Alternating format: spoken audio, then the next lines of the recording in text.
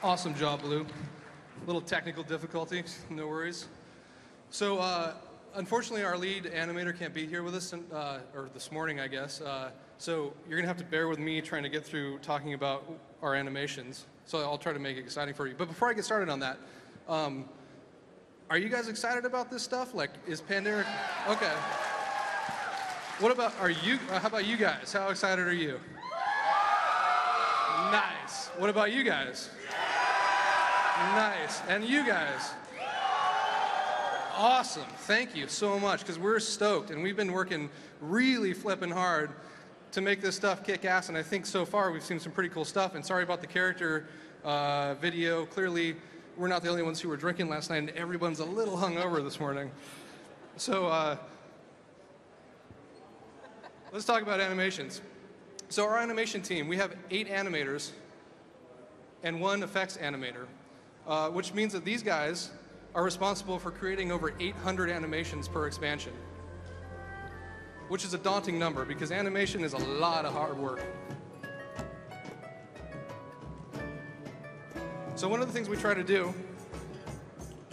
with animation is that even though all these guys are working on the same, and girls are working on the same, or I'm sorry, women are working on the same animation at the same time, we want to make sure that the end game looks like one person made all of the animation for one character. So at any one given time, every animator in the bullpen will be working on, say, the Pandaren or the Mantid or any one race, and they all work together as a group to make sure that this stuff is coming together and looking consistent.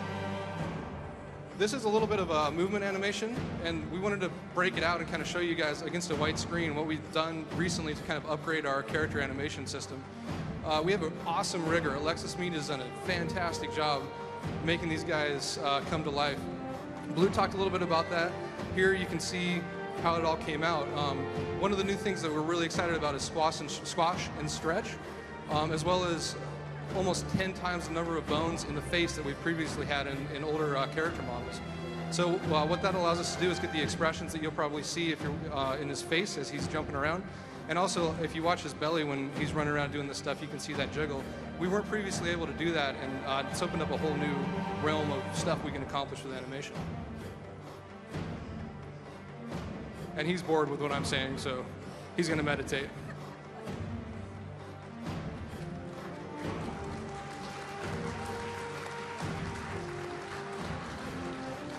So that's the conversation animation. One of the things that's super important with these guys especially, but characters in general, is nailing the silhouette. These monk animations illustrate that point against this white background because the animators worked really hard to make sure that in any viewpoint you could really tell the breakdown and the silhouette of what the character is actually doing. These attack animations have to happen within a second, so they're working really hard to get across exactly what the character's doing in that short period of time. And I'd like to say that that they filmed me doing this stuff for reference, but unfortunately it was a combination of a couple people on the team who are a little bit better at martial arts than I am, and then studying, you know, cool Shaolin-style martial arts and that kind of stuff. You can tell I'm well practiced on this animation bit, right? So unarmed combat was very important to us. We wanted to make sure that it had that really cool kind of Shaolin Kung Fu monk style. And then all of a sudden they have to have this weapon. And game animation is interesting because not only do these things have to work with unarmed combat, but all of a sudden they have to hold a sword or hold a staff. So a challenge for the animation team is making sure that the animations they do in unarmed combat come through when they're holding a weapon. And this is sort of illustrating exactly what that's doing. You can see all these animations if you play the demo. It's kind of a breakdown of exactly what we've done for the basic animation so far. This is our effects team, essentially. So what we're trying to do here is show that using the claw system, we want to get a much more dynamic relationship between the character and the effects that are happening, so that when he's casting and doing his summoning, you can actually see it affecting the character a lot more than it ever has before. And while you're watching these last 10 seconds, I just want to congratulate my mom for hitting level 80 before she came to visit us at Blizzcon. Congratulations, Linda. All right, so let's get started on the rest of it. So now that we have these guys rigged up. We've created them. The character team has done an awesome job of building these little dudes. We got to have a place for them to live, Pandaria. So this is going to illustrate a little bit of like what we're doing with the environment and how this all comes together. And I'm going to hand it off to Gary Plattner to tell you a little bit about how that all happens. Gary? Thanks, Chris. Thanks, you guys. All right. It's amazing what's involved to get a new character into the game, so good job, incredible.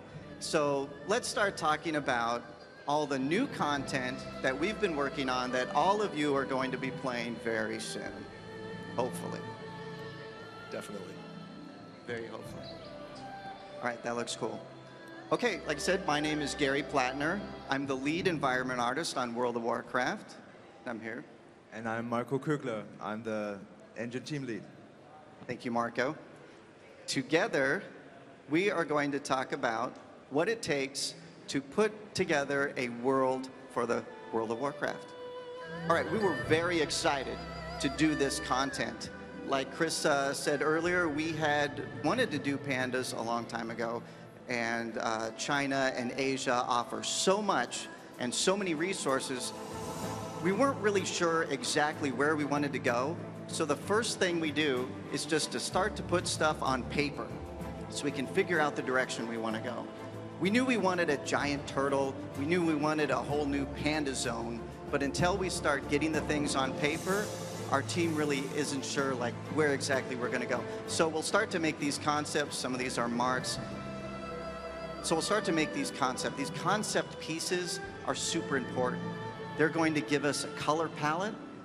They're going to tell us what the mood of the zone is going to be. But most of all, they're going to give us a hint of what the final zone could look like. Beautiful.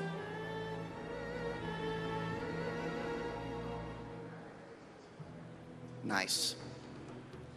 All right, so believe it or not, there's only 5 of us that work on the exterior environment team. And it's our responsibility to make all of the natural elements of the game. So we'll make all of the tile sets for the ground and the trees and rocks and things like that. And we work very closely with exterior level designers. There's about 10 of those guys. So altogether, there's 15 of us that build the world and place it using our editor. And we're all doing this by hand, by the way. So everything's hand placed, everything's hand painted by the 15 of us. Thanks. So I've talked a lot before, if you've ever been to Blizzcon before, I've talked a lot about trees and rocks and grass and the environment, but I've never really talked before about the importance of lighting and our skyboxes. Lighting is huge. It's very emotional, very different. So here's the starting zone. What if we were to take this zone and completely relight it? We didn't change any other art. All we did was change the sky and change the direct light. They all look pretty cool, but they're all very different. So if we want a zone to feel scary or even dangerous or pleasant or happy, we're going to start doing that with lighting. You might recognize some of these skyboxes, by the way, too. What a big difference. So, skyboxes. Skyboxes are another element that we can use to just add a little more whimsy, add a little more elements to the game. So all they are is a big piece of art that we can use to replace in the horizon. Lets us add a little more style to the game, a little more difference. We first started adding skyboxes in Nagrand, was our very first one. And we don't always have to use that. We could use procedural sky like this is computer-generated sky, looks pretty good. Or we'll go with the skybox if we want to be a little more stylistic. Or we'll go with both, like in this case. This is both a procedural sky and a hand-drawn sky. Really cool. Another big part of the game is something we call tile sets.